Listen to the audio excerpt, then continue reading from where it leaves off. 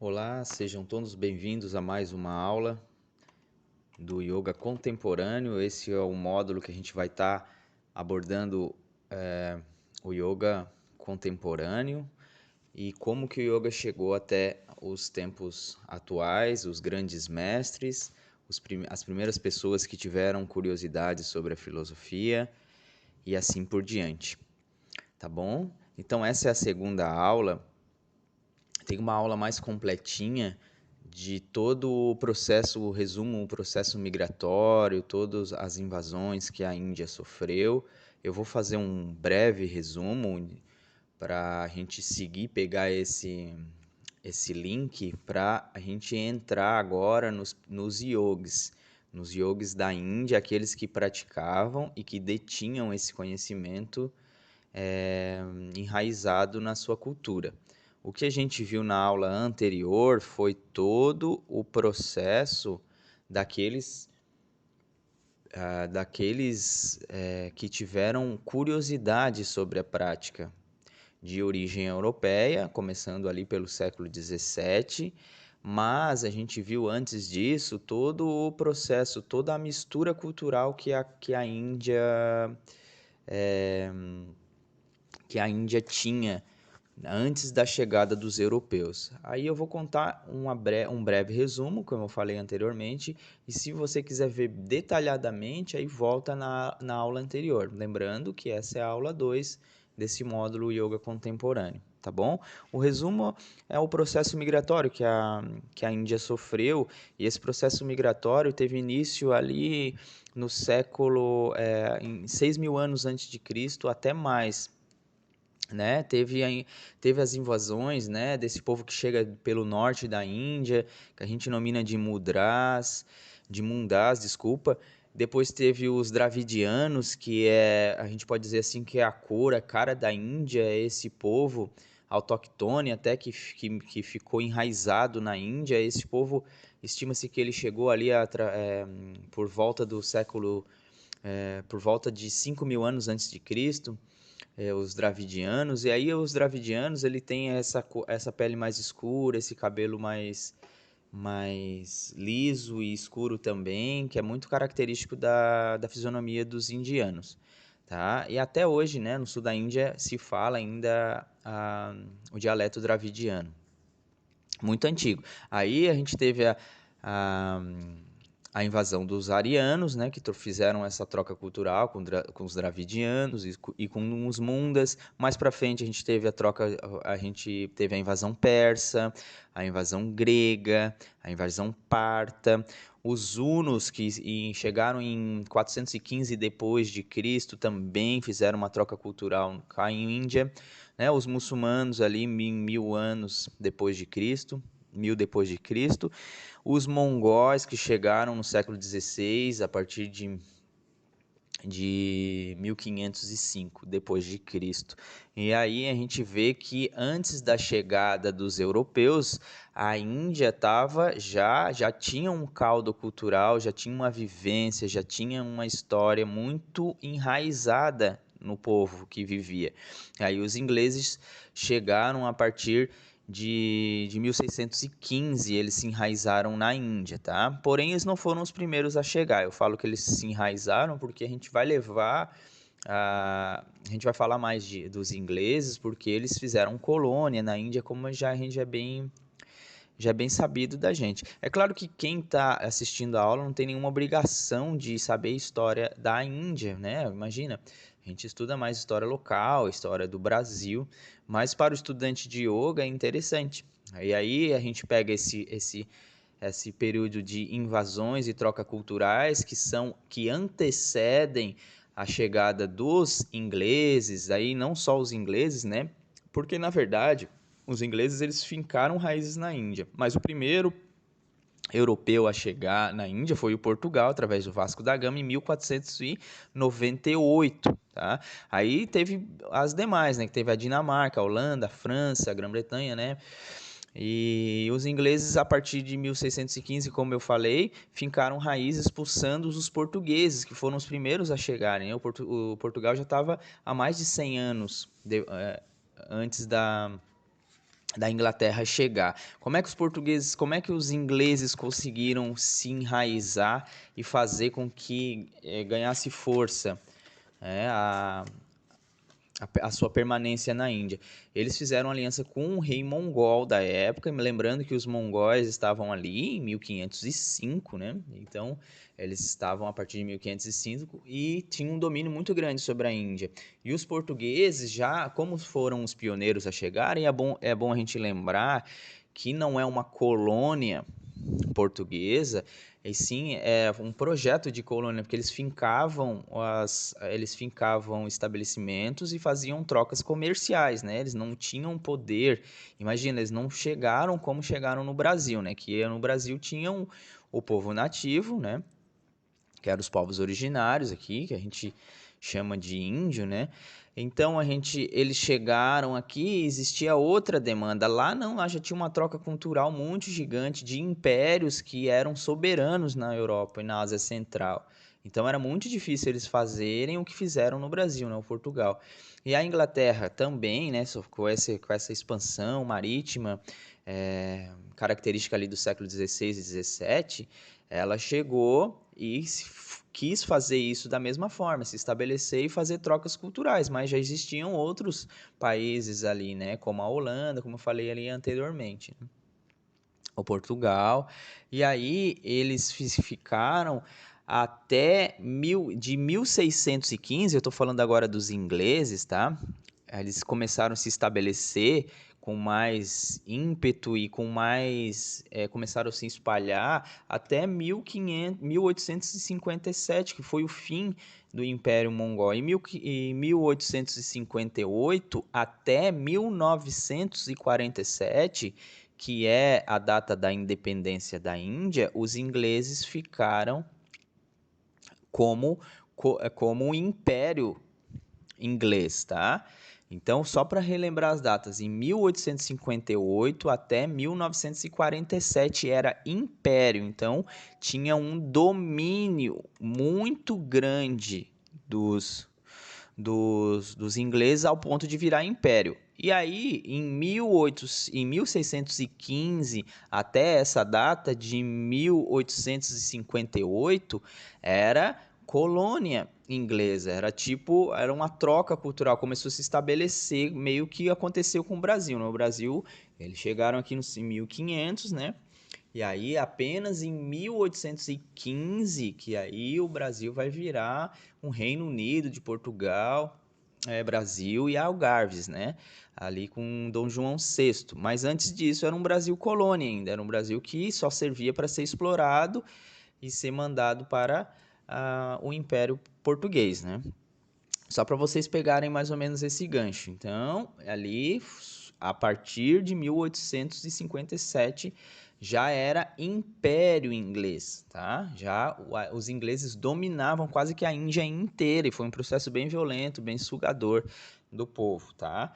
Aí, gente, a gente viu que os primeiros europeus que chegaram e tiveram curiosidade sobre os temas indianos, né? Sobre os estudos, a tradição indiana. A gente começa pelo Abraham Roger, que ele era um pregador holandês, né, e fez um livro, Crenças e Tradições Hindus. Depois, em 1743, o Sir William Jones traduziu boa parte dos Vedas. Aí a gente chegou mais para frente, em 1823, com Max Miller, o alemão, né, que traduziu muito dos Vedas, quase que completamente os Vedas, tá?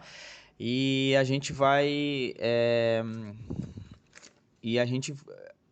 vai avançando nesse estudo até chegar o Sir John Woodroffe, que chegou em 1865 e traduziu obras importantes do tantrismo, né, que fazem parte do Tantra, como a gente já estudou em aulas anteriores, está muito ligado ao Hatha Yoga, que é a prática que a gente trabalha no tapetinho, que é a prática física, tá? Então, esse foi um breve resumo, tá? Um breve resumo aí, de que só no resumo já deu 10 minutos. A outra aula a gente estudou muito detalhadamente sobre eles, toda a figura.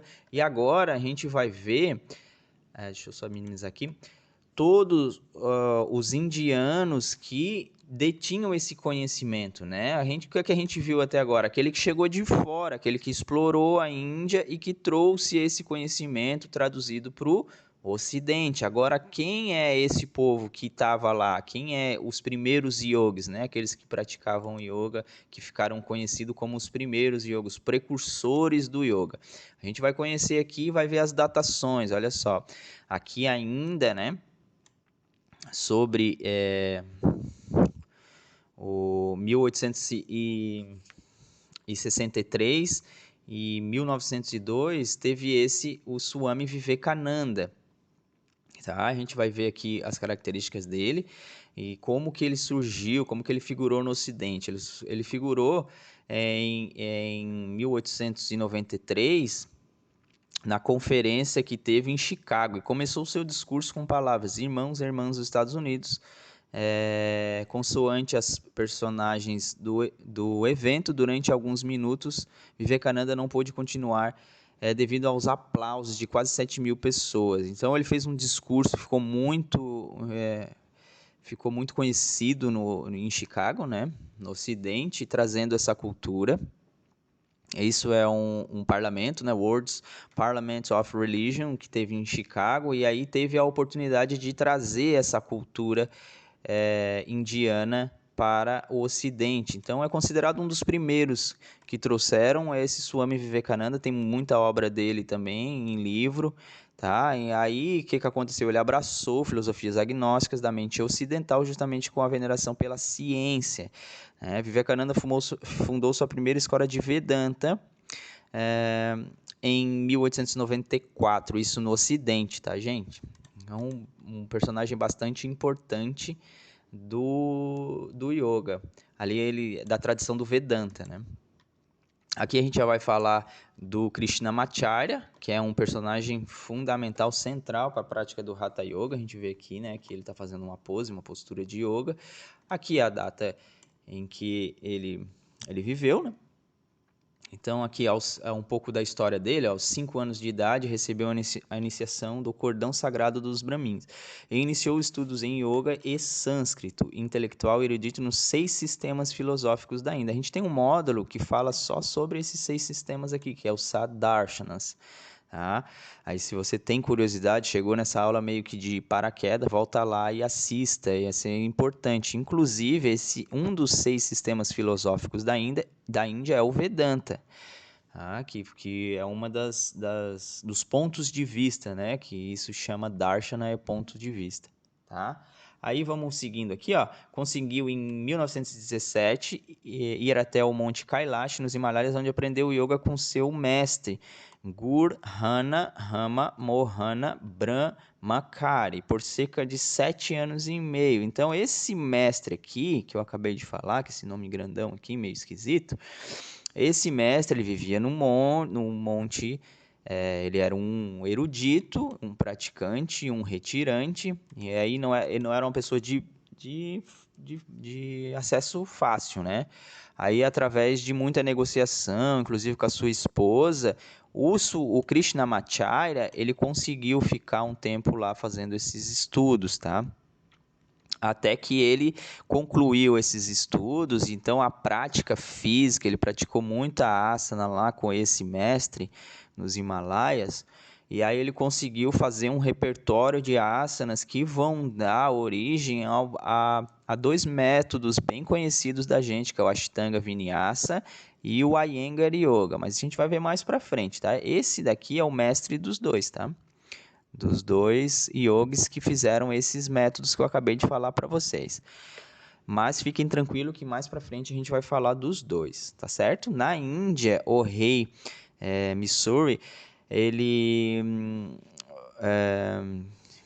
Krishna Raja Vadiyar ordenou a construção do Yogashala para que Krishnamacharya ensinasse a juventude hindu. Então, esse rei aqui, que existia na Índia nessa época, tá? Lembrando que a Índia não era tomada 100% pelos ingleses, né? Existiam pedaços que eram tomados por outras nações europeias, mas existia também as tribos nativas e o povo nativo da Índia, tá? Que tinha essa herança cultural ainda muito enraizada, tá certo? Aí esse rei que vivia, ele quis fazer com que esse conhecimento de Krishnamacharya, que foi apresentado a ele, fosse levado adiante para ser mantido através da juventude, né? Um conhecimento de base. Muito importante, muito sábio esse rei aqui. Tá? Esse foi o momento em que os líderes hindus tentaram recuperar a sabedoria tradicional em detrimento à influência inglesa durante a colonização. Aí isso eu acabei de falar para vocês, né? Aqui a gente vai ver essa figura Patabi Joyce. Se você nunca ouviu falar nele, né? Esse é o Patabi Joyce, ele que foi o fundador de um dos métodos que se chama Ashtanga, Vinyasana e Yoga. Tá? Esse é muito conhecido, até esqueci de fazer uma pesquisa. Talvez seja até um dos métodos mais praticados no mundo, né? Ou pelo menos no Brasil. Se não é o maior, é um dos maiores, tá? Então essa figura aqui, né? É que em 1848, desculpa, Patabi Joyce estabeleceu o Ashtanga Yoga Research Institute em Missouri, Índia. A Patabi Joyce é um de uma pequena lista de indianos instrumentais no estabelecimento do yoga moderna como exercício no século XX, junto com Iyengar, outro aluno de Krishnamacharya. Como eu falei anteriormente, esse aqui que está aqui, já uma foto moderna, né? Aqui pela tilaka dá de ver que ele é shivaísta, né? A gente ele adora Shiva, a gente sabe pelas marcas na testa. Esse foi um dos precursores aqui do Ashtanga Yoga. Ele que fundou esse método e foi discípulo desse anterior ali, né, do Krishnamacharya, tá certo? Desse aqui, ó.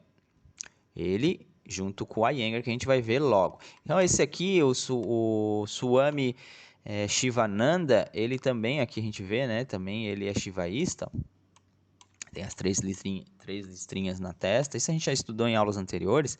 Ele foi um importante contemporâneo de Krishnamacharya e seguiu uma vida de yoga e médico ao mesmo tempo. Tá? Gradualmente foi se interessando mais por ajudar as pessoas de uma forma mais espiritual e decidiu largar a profissão de médico, olha só, e aceitar a vida de um asceta, vivendo nos Himalaias por um longo tempo. Após retornar à cidade de Rishikesh, na Índia, ensinou o yoga a muitas pessoas, integrando os sistemas da época. Escreveu muitos livros, ele escreveu muitos livros mesmo, tá, gente? Tem muitos livros, se vocês querem ir atrás, tem abordagens, assim, tipo específicas, tipo Pranayama, ou Surya Namaskar, asanas, mudras, chakras, tem muito literatura assim pequena, mas específica e muito profunda atribuída a essa figura. Claro que dizem que ele fez mais de 800 livros, porque na época também existia assim, né, gente, os discípulos, eles estudavam e em vez de botar o nome deles, botavam o nome do mestre, tá? Tem muito disso também. Mas isso não importa muito, o que importa é que ele deixou um grande legado para a gente poder estudar e praticar, né? E é sempre bom lembrar, a gente começou pelas invasões, pela troca cultural, pelos europeus que chegaram e se interessaram pela cultura e escrita e trouxeram até a gente, mas tinha muita gente praticando uma tradição muito longa ainda na Índia. A exemplo desses que a gente está vendo nomeados como os primeiros yogis, né, que chegaram ao Ocidente, claro, né? Escreveu muitos livros abordando filosofia e criou uma grande instituição para manter seu legado. Um personagem bem importante. Isso aqui é o Yogananda. Quem já tem alguma familiaridade com yoga já vai reconhecendo alguns rostos, né? O Yogananda está aqui, após se formar na Universidade de Calcutá, também, né, uma decisão bem difícil, né? Depois de a gente formado, normalmente a gente vai exercer do que a gente se formou. Mas o que aconteceu com ele? A exemplo ali do Shivananda, que era médico e se dedicou à filosofia indiana, ele também aceitou seus votos como um monge renunciante, passando a chamar Yogananda, tá? Para Ramsa Yogananda. Seu primeiro discurso proferido no Congresso Internacional de religiosos liberais foi recebido com grande entusiasmo. Nesse mesmo ano, fundou a Self-Realization Fellowship. Tá? A gente vê que eles são meio que contemporâneos, né? Um pouco mais, 20 anos mais novos e 10 anos mais velhos, mas eles são mais ou menos dessa época onde os indianos começaram a sair da Índia e começaram a se passar a tradição no Ocidente, tá? Foi professor de Gandhi, tá? Só para vocês entenderem a potência desse yogi. Aqui é o Iyengar, tá? Bem conhecido também. Ele foi discípulo lá do Krishnamacharya, né? Inclusive o Krishnamacharya era casado com a irmã dele.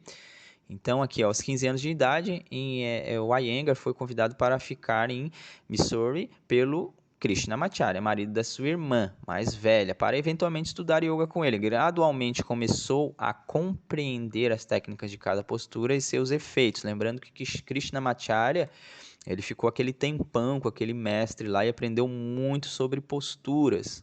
Tá? Tanto é que os métodos do Patabi Joyce, que a gente viu lá, que também era discípulo de Krishnamacharya, e o próprio Iyengar são uns métodos bem físicos mesmo, bem de alongamento e de um desenvolvimento físico bem avançado, tá? Em função do seu mestre, que era muito rigoroso, né? O Krishnamacharya aqui, ó. Gradualmente começou a compreender as técnicas de cada postura e seus efeitos, né?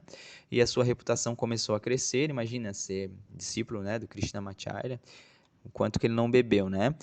Dessa fonte rica. Em 1966, Iyengar publicou seu primeiro livro, Lighton Yoga, que tinha demorado vários anos a ser desenvolvido e eventualmente veio a ser internacionalmente conhecido depois de traduzido em várias línguas. Esse livro é muito bom, né? A Luz do Yoga, para quem quiser adquirir um livro do Iyengar, tem uma Árvore de Yoga, tem diversos outros, né, que são muito interessantes aí pra gente. Agora, pessoal, é que a gente vai ver os precursores de yoga no Brasil, né? Aqui a gente vê que o yoga chegou no Brasil ali a partir da década de 40, né? Através do francês Led Alvarez Manqueville, cujo nome espiritual era Shivananda. Esse estudioso fundou um centro de estudos no Rio de Janeiro chamado Amopash. Então, esse cidadão aqui, ele tem pouco na internet sobre ele, tá? Não tem muita coisa a respeito, sabe? O que se sabe é isso, que ele fundou e foi um dos precursores.